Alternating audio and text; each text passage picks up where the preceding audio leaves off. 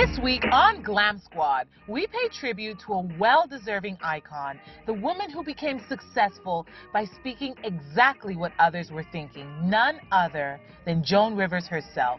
Join us as we relive some of her greatest moments on TV. We also take a look at some runway to red carpet trends, plus a very informative chat with Lisco as they give us insight on the brand, the Wax Hollandaise story, and how to spot an authentic Lisco fabric. Enjoy.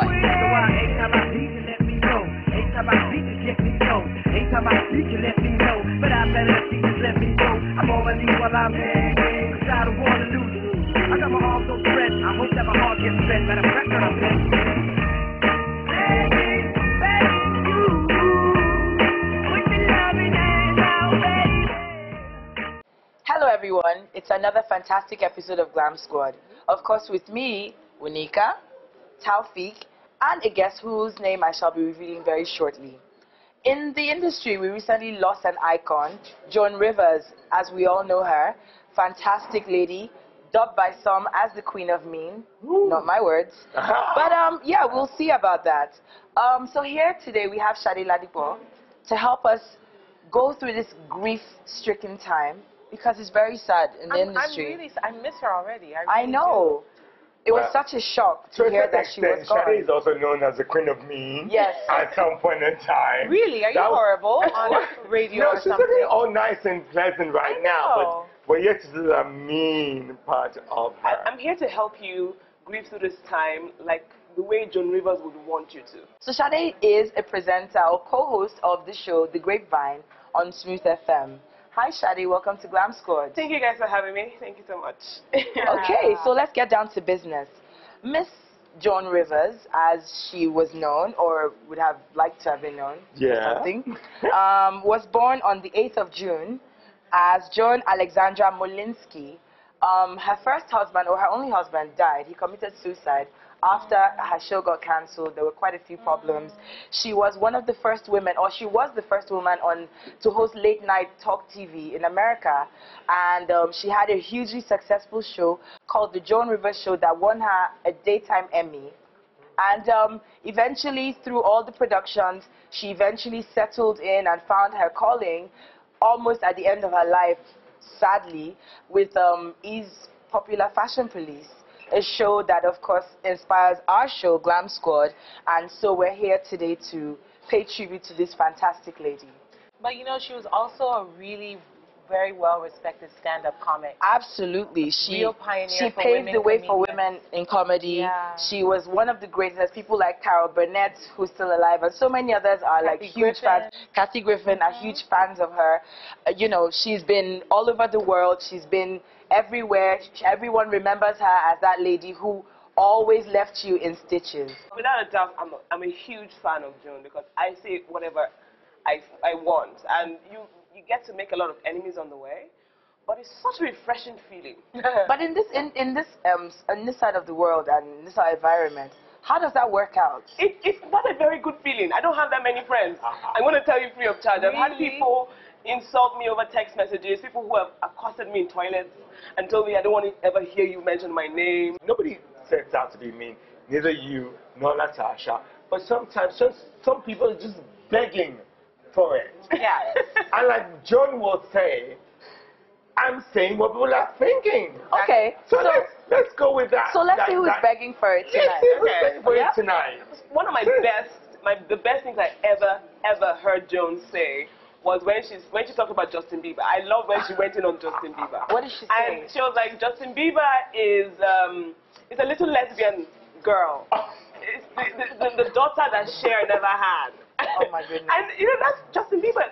You know, he's just like this little sprightly kid, you know, like a green carrot, just bopping along with that hair on his head, like no, hair. It's deeper. It's deeper. How about you? Well, what do you have? You know, I loved what she had to say about Jennifer Lawrence. Okay. I totally agreed. She said, it just dawned on me why Jennifer Lawrence fell on her way up to receive her Oscar. She fell on her own arrogance. And it's true. Who says that? Joan Rivers. Do you think that Jennifer Lawrence is arrogant? Very. Yes. She's just very smug. I appreciate how confident she is. I'm proud of her. She fell twice. she just talks too much. She needs to focus on Thank you. where she's going. She talks way too It's much. like, be quiet. My favorite quote of Joan Rivers is from a 2011 interview with US Weekly's website. And she said of the former Friends star, Jennifer Aniston, "I'm so bored with her and her stupid movies. They're all the same. I don't know how they get financed." No, but how does someone like Jennifer Aniston remain an A-list actor? Because She she was owns her the own production ex-wife. company. She was also the ex-wife of That's how. So where is the So I need to be an ex-wife to Brad Pitt. Ejiro. No, she owns her own production company. If you were an ex-wife to Zeb Ejiro, Chiko Ejiro, for that matters, any of their matters, I believe that you could possibly score loads of roles. No. Exactly. Okay. Jennifer Lawrence, like I said, she owns her own production company. They produce the most amazing films. But imagine if I were 12 Jim Years a Ike's. Slave. Imagine if I were Jim Ike's ex-wife. Yes. I would be getting roles left, right, and center. Hey, More than someone's what's that ex-wife. word? What else is she? She was a star from Friends. Wait, Okay, she was. She really Wait, was. She was wait. bigger than Brad Pitt. I beg. She's a great woman. I love Jennifer Aniston. You didn't add that She's if such a you plain were. actress, though. Zaran. Makeup specially formulated for the woman of color. SPF 30. Lightweight formula. Flawless natural finish. Perfect for any occasion. Zaran, redefining the essence of beauty. Welcome back, everybody. If you are a regular on the show, then you realize that this is where we take runway to red carpet. This is where we see the runway look translated into real life. And first off, we do have Fade Ogunro in B-Label London Yellow Bond dress. Shadi? I think the dress looks great. I mean, as long as Fanny doesn't show me her back, she's fantastic in anything she wears. Oh, she has some come on. I don't know, her back is so unfit. You have not seen her back. Have you seen her back before? She's I not have. showing us her back. That's what I'm saying. That's why she looks There's good. only one question, Hey, Shadi. How did you see Fade's back? She wore a well. dress for the elite runway show that showed her back, and I was like, Fade, no, I'll Okay. never do that again. But guess what, guys? Let's face the front that we're seeing right now. I love her dress. I think it suits her perfectly. It suits her shape, and it covers everything while still being sexy. I love the color. It works with her skin. Okay, sorry. Thank you very much. Why are you hating on me because I like her outfit? Yes. But this is where I need to hear Latasha. Okay, so yeah. Latasha. It was just Move on. But guess what? And we're moving on to YJ. This is Tash. beautiful. But you know, I heard YJ confess herself that she's a bit much of a buster woman. That's not a confession. It's a fact. It's a fact. Well, You she's can't covered deny it it. well enough. You There's cannot nothing, but I don't deny think it. I don't think that there's anything wrong in showing a bit of titty, action every now and again. She does look nice in I this know dress. you've done a bit of that. Look at me, Not now, titty not action all today. day, every day. Yeah. But I like the dress. If anything, I didn't really like the purse. I just thought it was too pedantic. It doesn't scream superstar. No, the purse is very. Oh, Wunika, are you in love with the purse? No, too? the purse is very I was about to civilian. give you another No. The pink looks so good. It does on her look good skin. on her. Look at No, that. YJ has struggled with having to contain herself and her body, and she's gotten to that. To be honest, I actually think this outfit looks better on YJ than on the runway. on the runway. Anyway, now we have Eku Edewo. Hanger. She's the kind of girl that whatever she wears, I've never seen her go wrong. I don't know who she is. I have no idea. I don't want to be a friend. So the outfit is clan, and it was showcased at the New York Fashion Week, I think.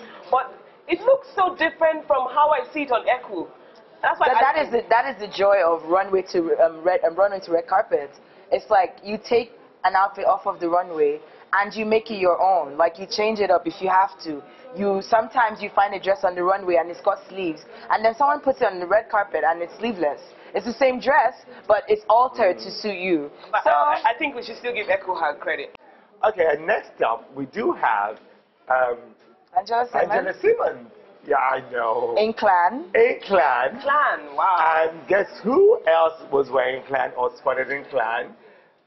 Zainab Balogun. in the lookbook. Yes, in the lookbook. Well, I think she looks great. Honestly, I like Zainab's version. I think maybe it's more dramatic. Well, I don't want to say Zainab's version. I want to say lookbook version. Yeah. But it looks so dramatic and beautiful. But then I guess Angela's event didn't call for all that drama, but she still looks really gorgeous, and she nailed it.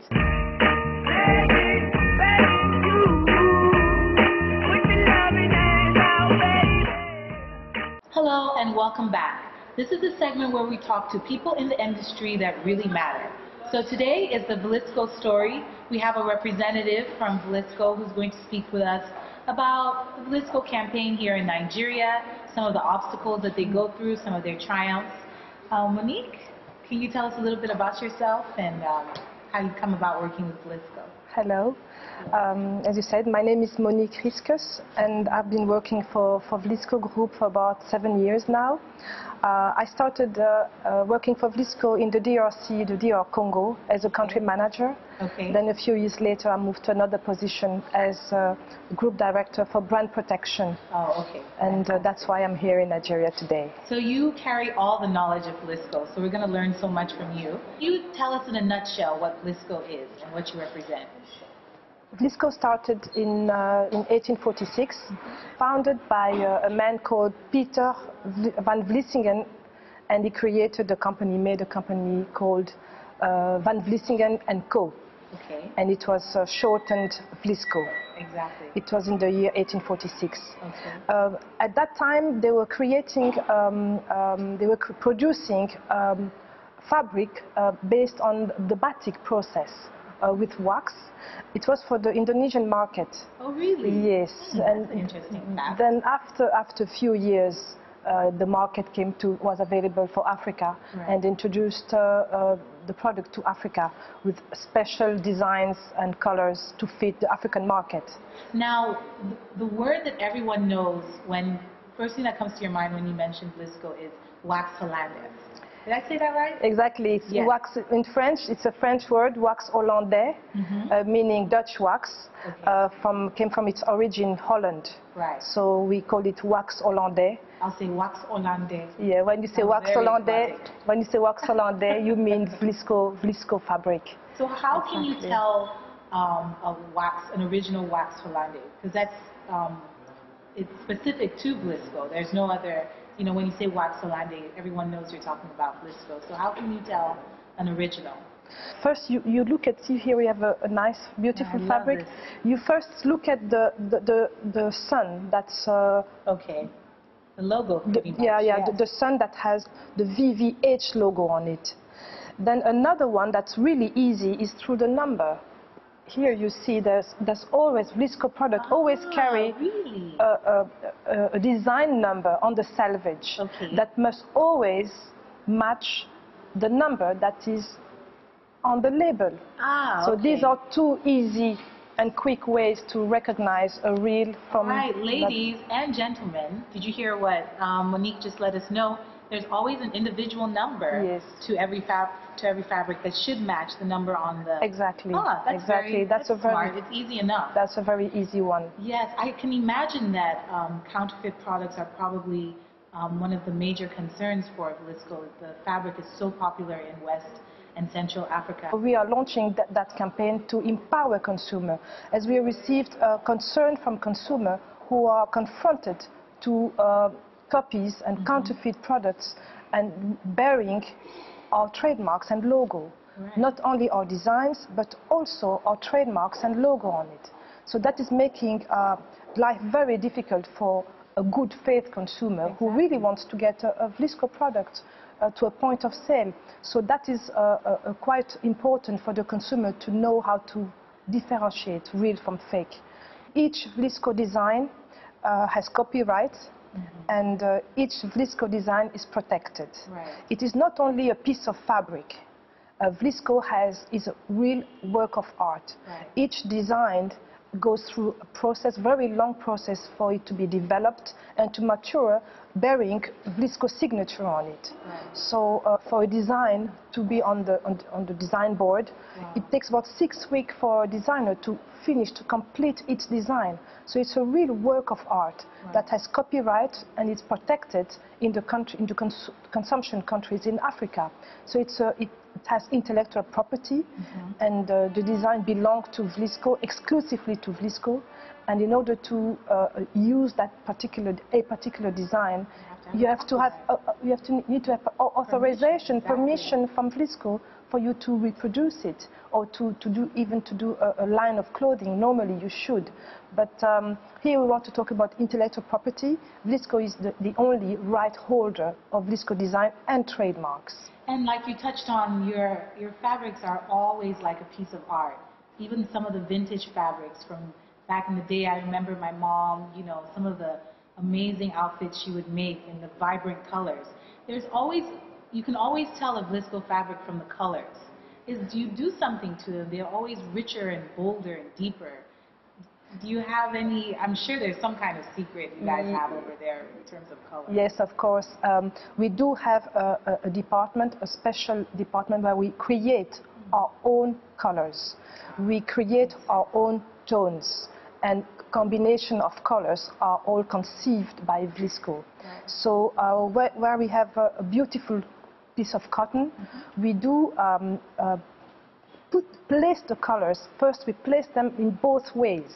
Okay. Yes, and so you print on both sides? We print on both sides, right. And we place colors on both sides. Ah, okay. So we also do have a technique where we place colors shade after another one. It's called superposition, right. In French. So that gives a specific, very strong color that nobody can ever match, because exactly. It's quite specific and quite technical.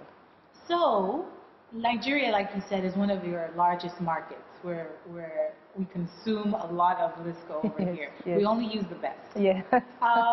So where can we find authentic Lisco fabrics? The first thing I want to say when it comes to finding an authentic is to bring awareness to consumers that they can find a Lisco design and a Lisco logo together.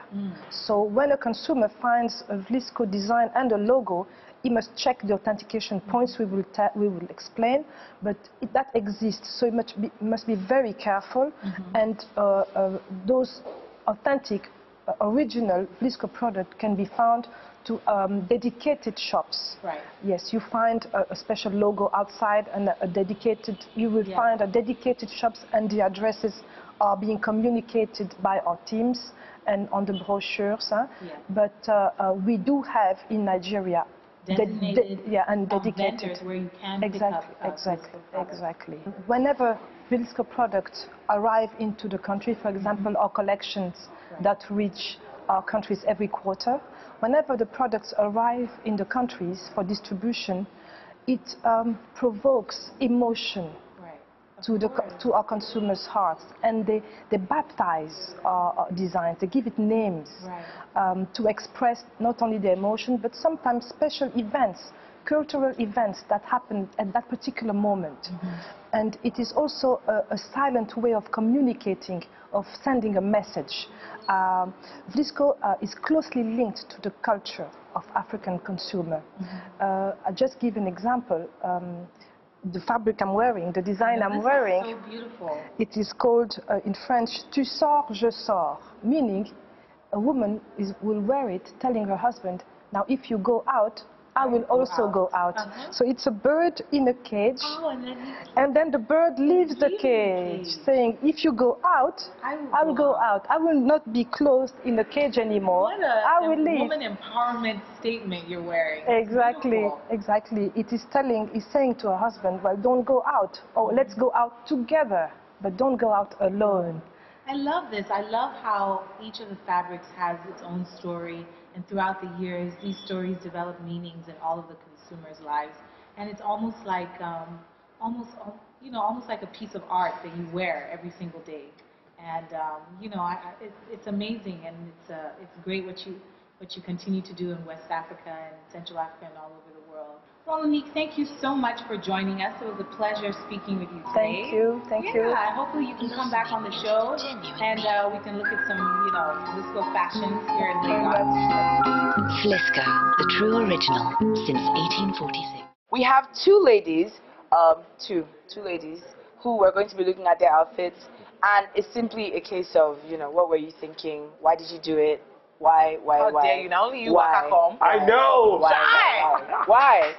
So first up we have Rita Ora. Rita Rita Ora dress is horrible. I don't understand it. Okay, let me not say it's horrible. I don't understand it. There was just too much going on. Exactly. I think it's just a huge case of like miscommunication between designer, sketch artist, tailor, model.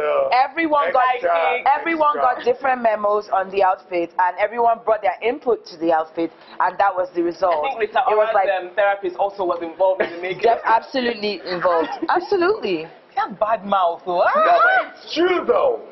It's not bad mouth, it's what it is. And while my co-hosts argue, we're moving on to the next person, who would be Nancy of Iconic in Vanity, in one of Iconic in Vanity's most hideous pieces ever.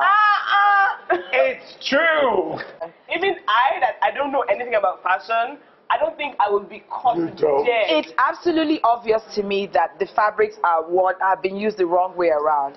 The lower bit of fabric is the softer sheen one. It should have been on the top. And the one that's holding her bust should have been the one on the bottom of the dress. I know what happened.